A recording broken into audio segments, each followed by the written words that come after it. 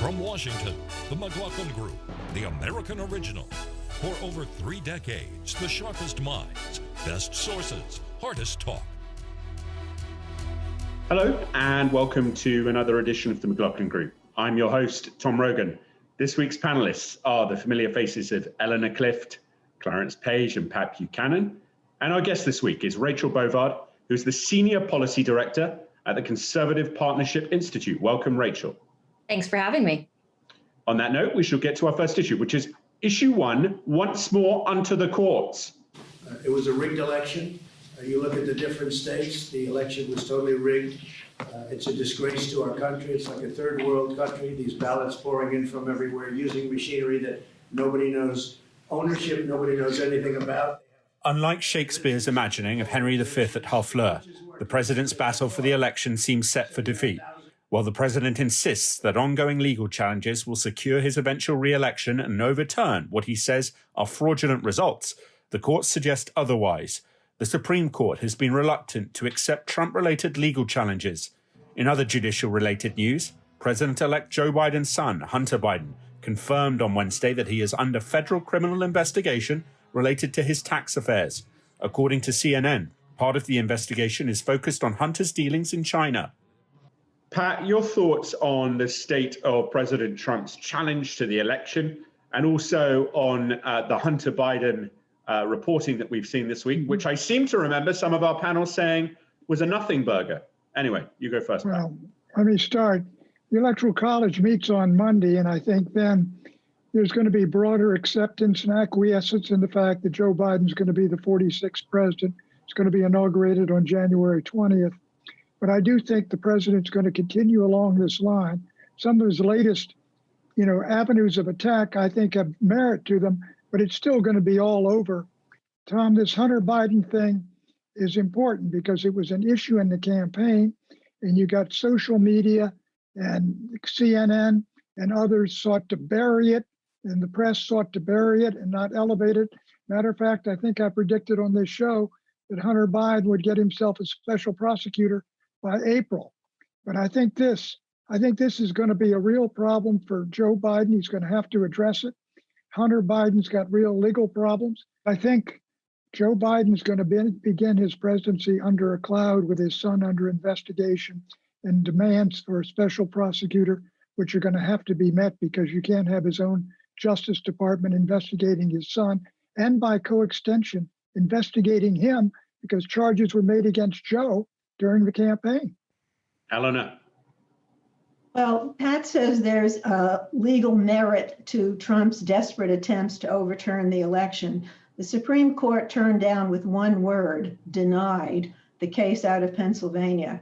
The Texas Attorney General has filed a suit with Texas suing 4 other states to overturn some 20 million votes. It is unconstitutional on its face. States can't sue other states about how they conduct their elections.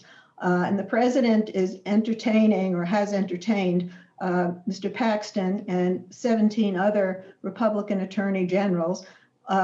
Paxton is under federal investigation himself, and the expectation is that he's trying to lobby for a pardon with this totally baseless lawsuit, which everybody with any legal reputation describes as a press release masquerading as a lawsuit. So Trump will lose not once, but twice in the Supreme Court. And as far as Hunter Biden goes, that investigation has been ongoing since 2018. There's uncertainty as to whether it's at its conclusion because they just notified Hunter Biden this week of the existence of the investigation, or whether it's in a new phase with subpoenas coming. Rachel, though it is true and striking, I think, the degree to which the media had had active disinterest in the Hunter Biden reporting, which is on its face pretty significant. The idea of tax fraud related to the Chinese Communist Party, I would say America's preeminent, at least global competitor, but probably adversary. Your thoughts? The media really has debased itself with regard to this story. If you remember when the New York Post reported on emails obtained on Hunter Biden's hard drive, which Hunter Biden never denied the veracity of those emails, you had the story banned from circulation by Twitter, by Facebook. You had mainstream media outlets from the New York Times to NPR calling it Russian misinformation, not just an active disinterest. They were saying it was foreign propaganda. And they obviously were so disinterested that they didn't even pursue the fact that Hunter Biden's been under investigation now, we've learned, for 2 straight years. And it's not just about his taxes, it's about an active investigation into foreign interference. And so I really think, you can say what you will about what President Trump, his engagement with the media, but the media has debased itself by veiling any criticism of the Biden family, of Hunter Biden before the election. They're just starting to report on it now. The New York Times hasn't had a story on that mentioned Hunter Biden, in the last 3 months until yesterday. And that, I think, says something about the state of our media. Clarence? Nothing burger, Tom. It was I who described the case that way, and I was talking about the case the New York Post had raised with a big headline, a big page 1 New York-style tabloid headline, and an article that didn't back up the headline. And the real headline was that Joe Biden was linked to an effort to influence the election through the Ukraine. And that didn't pan out, still hasn't. We now have heard a case in the media news story that says the FBI is investigating Hunter Biden's taxes. Well, Tom, let's just adjust my former view to a nothing burger in search of being a something burger. But it ain't nearly there yet. We don't know. I mean, we got the New York Post reporting. It didn't make the case. The FBI hasn't made their case yet, so I'm waiting to see it. But as far as members of the press trying to bury the Hunter Biden story, no, it's been investigated and reinvestigated. And sometimes when you're competing newspaper or whatever, it doesn't really have the story nailed down, but you just move on to something else. And that's what's happened. Okay. Tom, the media went into the tank for Biden. It was not only that they didn't cover it, they sought to bury it. They said this really isn't a story. But look, Joe Biden won the election, obviously by, in terms of the popular vote, 7 million votes. But he won some of these states like Georgia by about 12,000. If he had been forced to address this and come out of his basement, Donald Trump would be president of the United States now. Okay. Excuse me, this was Donald Trump's Justice Department that has been handling this investigation. So if there's a conspiracy out there you want to point to, look at Mr. Barr or look at whatever. I mean, apparently the Justice Department conducted themselves with some honor and propriety here. And Hunter Biden is the son of an official. I can mention a couple of other sons and daughters, or daughter of a prominent official, last name Trump. I believe one of those Trumps. Who do you have in mind, Eleanor? Has been subpoenaed in the New York Southern District case having to do with some misbehavior there. So, let's not act like this is incriminating to Joe Biden. It's a tax case. A lot of them are brought. Let's see how it evolves. One area where Pat may be right, though, is it may force the naming of a special counsel, because if Barr may do that before he leaves office, or he may kick it to the next attorney general, who will be appropriately so, wanting to demonstrate the legal and ethical distance from the man who appointed him. Propriety that President Trump generally doesn't respect. Rachel? Well, I think if we're talking about propriety, if we're talking about a conspiracy, there is no conspiracy in the Justice Department. If there was, they would have put this out before the election. I mean, this investigation has been going on for 2 years. If Trump is as bad as we all claim, and he's corrupt as we all claim, he would have put this out to swing the election. He did not, which suggests that there's actually a lot more going on here. And remember, this investigation originated in the notably political area of, Delaware. This wasn't New York. This wasn't any of the U.S. attorneys that sort of go for it for political reasons. So I think there's a lot to be looked at. And look, I'm sorry, the National Public Radio called the original Hunter Biden story, the New York Post story, a waste of time for their readers. This is supposed to be a curious press. Even if you think the story should be debunked, then debunk it. But all we got was Leslie Stahl saying, well, it just can't be verified. It can't be verified. We never actually saw the work that went into doing it because there was no work done. If there was conspiracy at all, it was to prevent that information from being out in the public to allow people to make up their minds about who to vote for president. All right, Clarence, the final word. Wait, we don't have time. Clarence, final word. You can name the Wall Street Journal and numerous other publications that tried to investigate this story, did investigate it, and found no there. And I repeat, the FBI has yet to make a case, but they're certainly investigating, and they're supposed to investigate, right? I wish I'd seen the Republicans be this eager to want to get to the bottom of the Russiagate story, but no, all I heard about was Obamagate, where the FBI was investigating Trump's campaign, not a serious investigation yet, but they were checking out what was going on in Trump Tower. And at the same time that they were announcing the Hillary Clinton investigation. So, this thing happens to both sides. All right, we will move on to issue 2 from China, not with love. Over the past 2 years, our country has seen just an influx of Russians into our political bloodstream, and that's something that did not exist until Donald Trump came on the scene. And when you look Democratic Congressman Eric Swalwell might well be regretting those words, offered 2 years ago, nearly to the day. In an Axios News report this week, Swalwell was named as a suspected target of a Chinese intelligence influence operation run by China's primary civilian intelligence service, the Ministry of State Security.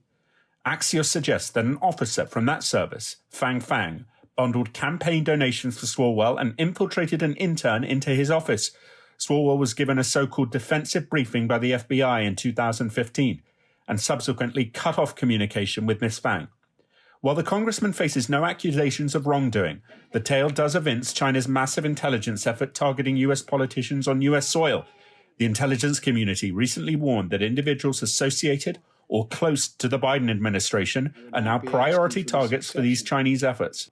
Eleanor, the specifics of this case in one element, but in the other element, obviously the evincing of a major now intelligence challenge posed by China that Joe Biden will have to address one way or the other, no? Well, first of all, the specifics of the case, this was 2015. Yes, she bundled money, raised money for Swalwell. There's no indication she did anything illegal there. She did get an intern into the office. When the FBI briefed him, he immediately severed all contact with her and she left the country. She befriended, if you will, many politicians in the Bay Area of San Francisco. Gambling, or maybe gambling is not the correct word, but with the expectation that they would rise in politics and that she would insinuate herself. She did it with some Midwestern mayors as well. And yes, it does suggest how the Chinese operate, but this is it's not new.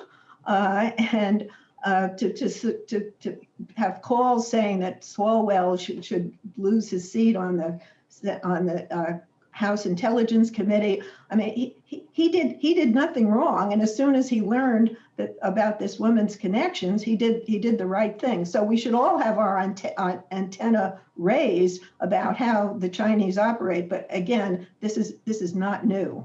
Okay, Pat. Well, there's the massive hypocrisy here of Swalwell, who spent all that time attacking Donald Trump as somehow being in bed with Vladimir Putin, which the Mueller committee said was not so. At the same time, Mr. Swalwell himself was canoodling with a Chinese communist spy for a good period of time. We don't know. Well, Pat, we don't know if there was. Well, the word canoodling has 7 different definitions, Tom. Okay. Well, the point is, my view is what should happen is, I think he should be left to the voters to decide whether he stays in the House. I don't agree with expelling him, but he certainly doesn't belong on the House Intelligence Committee after a performance like that. Clarence. I don't think the fact that he was approached by the Chinese and by spies incriminates him.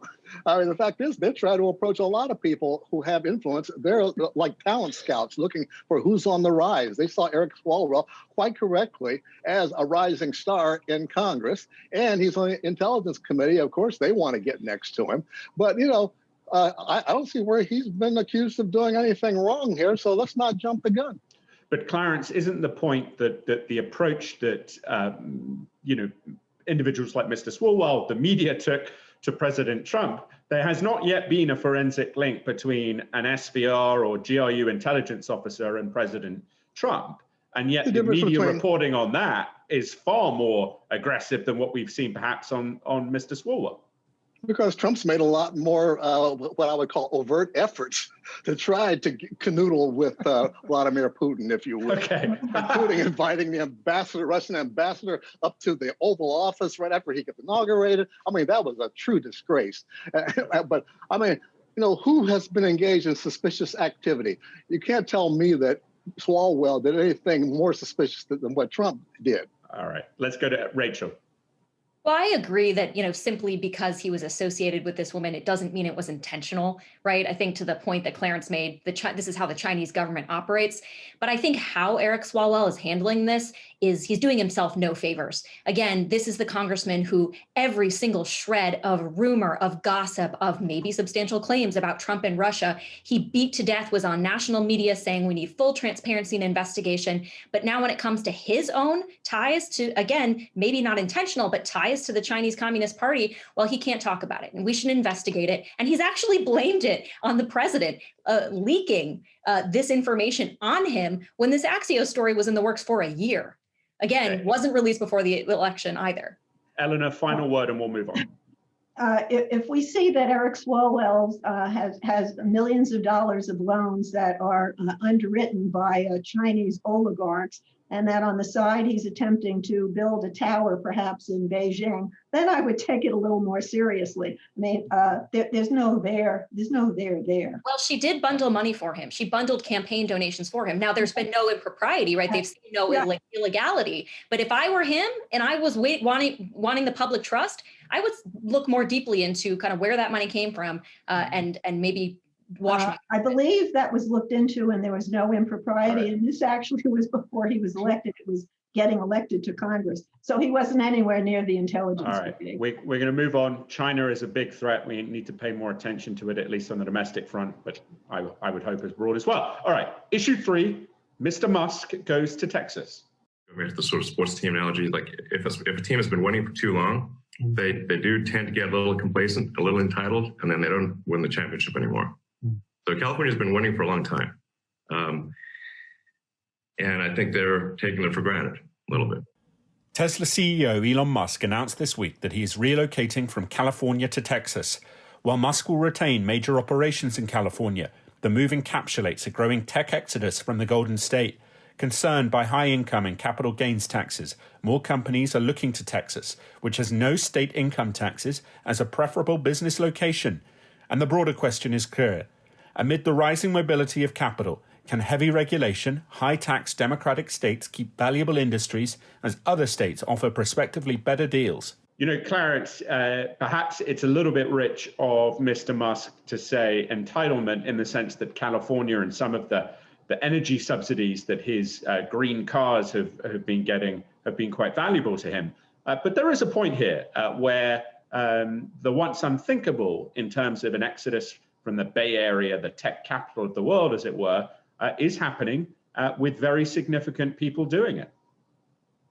Yes, Tom, first of all, it is always interesting to watch socialism bail out capitalism. That's what happens when you subsidize an industry like Elon Musk's. But I'm not against subsidies that do some good, nor am I against the idea of regulations and taxes to pay for government and to help keep the air clean and various other things that regulations do. I'm going to sit back and watch, because the more people move into Texas, funny thing is their politics have shifted more toward the Democrats. This is very interesting to see. Good point. Rachel, your thoughts? Yeah, that actually, the last thing Clarence said worries me the most about this. All these people fleeing, California and Illinois and these blue states, they voted in the policies that they no longer like. And they're taking their politics with them to states, like Florida, like Texas, red states. And I worry about the fate of those states for Republicans because they're importing a whole lot of blue state voters. But again, I also worry about the blue states too. I mean, you have people in California, it's ending up being the extremely wealthy who can afford the taxes and regulations and the extremely poor who cannot leave. And, I worry about those voters as well. Eleanor, your thoughts? Oh, he's not the first rich guy to move to lower his taxes and complain about regulation. Again, Donald Trump just shifted his residence from New York, a blue state, to Florida, a red state. I don't know if Rachel's worried about the blue state or the red state in this particular instance. And also another reason that he's moved to Texas is he didn't like the mask mandates and the health mandates in California. And, Texas, he can, live free or die there. So that's another reason. But he's leaving his Tesla manufacturing plant in California. He does point out it's the only automobile manufacturing plant in the state. And he's also leaving his SpaceX plant there. Okay, Pat? Well, I disagree with Eleanor in terms of California not being a manufacturing state. A lot of those, during World War II, it was the great major manufacturing state outside the quadrant from, on the East Coast and north of St. Louis, D.C. But let me say this, what's happening in California, people leaving for a variety of reasons, is the same thing that's happening in New York. You've got high-tech states, they place burdens on entrepreneurs and businesses, and they look at the Sun Belt and they move into the Sun Belt for that reason. I think Texas is really a rising state as a rival to California. And I think Elon Musk, it quite frankly is a real indication of a shift from one, if you will, culture to another. Clarence, one of the challenges here, though, for you would think California is that with the exodus, at least at an increasing level of high value firms, high wealth individuals, in terms of the public outlays, the expenditures that are required to pay for bigger government, for Democrats would say much better services for the people who need them most, there is a need to have an attraction of high value capital rather than the younger, newer entrepreneurs who perhaps would take advantage of declining property prices as Elon Musk departs. No? Oh, well, certainly. I don't want to chase business away or high value capitalists away, but I question just how massive this exodus really is. There's still a great attraction for California, many people's parts, and Pat mentioned the manufacturing that has gone on in California. Yes, armaments, et cetera, were booming around World War II. Same thing in Detroit. Look at Detroit today, not being willing to change, not being able to change with the times, really damaged that city, and Detroit's starting to recover now, years later. This sort of dynamism happens in just about every state, one way or another. And who was it who said that creative destruction is capitalism in a nutshell? But that's how you get ahead, though. Sorry? It was Joseph Schumpeter. All right. Right. Eleanor, if you want to have a quick comment, and I'll give Rachel the final word. I was just going to say that some of the people that Pat is talking about who are leaving the high tax states in the Northeast, moving to the Sun Belt. That's in part why Biden won Arizona and Georgia, because of a changing population. So, these are changes that are not all bad, I don't think. Okay. Rachel, you get the final word. Well, look, the final word is that policies have consequences, right? People don't like living under the regimes they say they want to vote for, but when they actually have to deal with it, yes. See you later, buddy. Okay. All right. Predictions, Pat. My prediction is General Lloyd Austin will get the waiver to serve as defense secretary from both parties in the Congress of the United States. And our old friend who served on this panel, Neera Tanden, will have the roughest climb on the hill. She's the new OMB director. Eleanor. The Electoral College meets on Monday. There's always some discussion about will there be faithless electors. I don't think there'll be any faithless electors, and if they are, they're more likely to move away from Trump to Biden than the other way. And after the Electoral College makes its determination, I think there will be a significant crack in the wall of support for President Trump. I think Mitch McConnell will finally make the phone call to congratulate Joe Biden on his win. Okay, Rachel? I do think that even when the electors certify and it goes to Congress, I do think you're going to see at least some rumbling from Congress. I think you're going to see a partnership between the House and the Senate to try and recount some of those votes, just like you saw from Barbara Boxer and House Democrats in 2005. I don't think it'll be successful, but I do think we're going to see some drama. Very good. Clarence?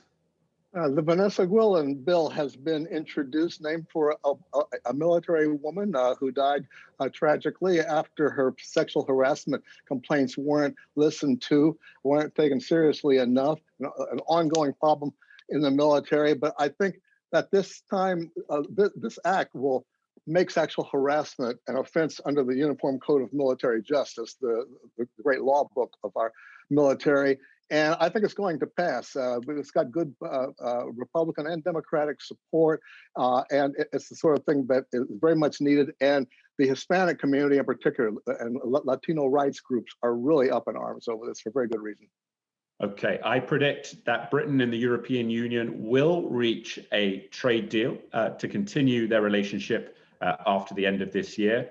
Part of the reason Boris Johnson is playing hardball on that issue involves the US National Security Agency and some of the things they and their British equivalent have been telling him about what the EU is thinking behind the scenes. More on that story in the future. Thank you for watching. We will see you next week.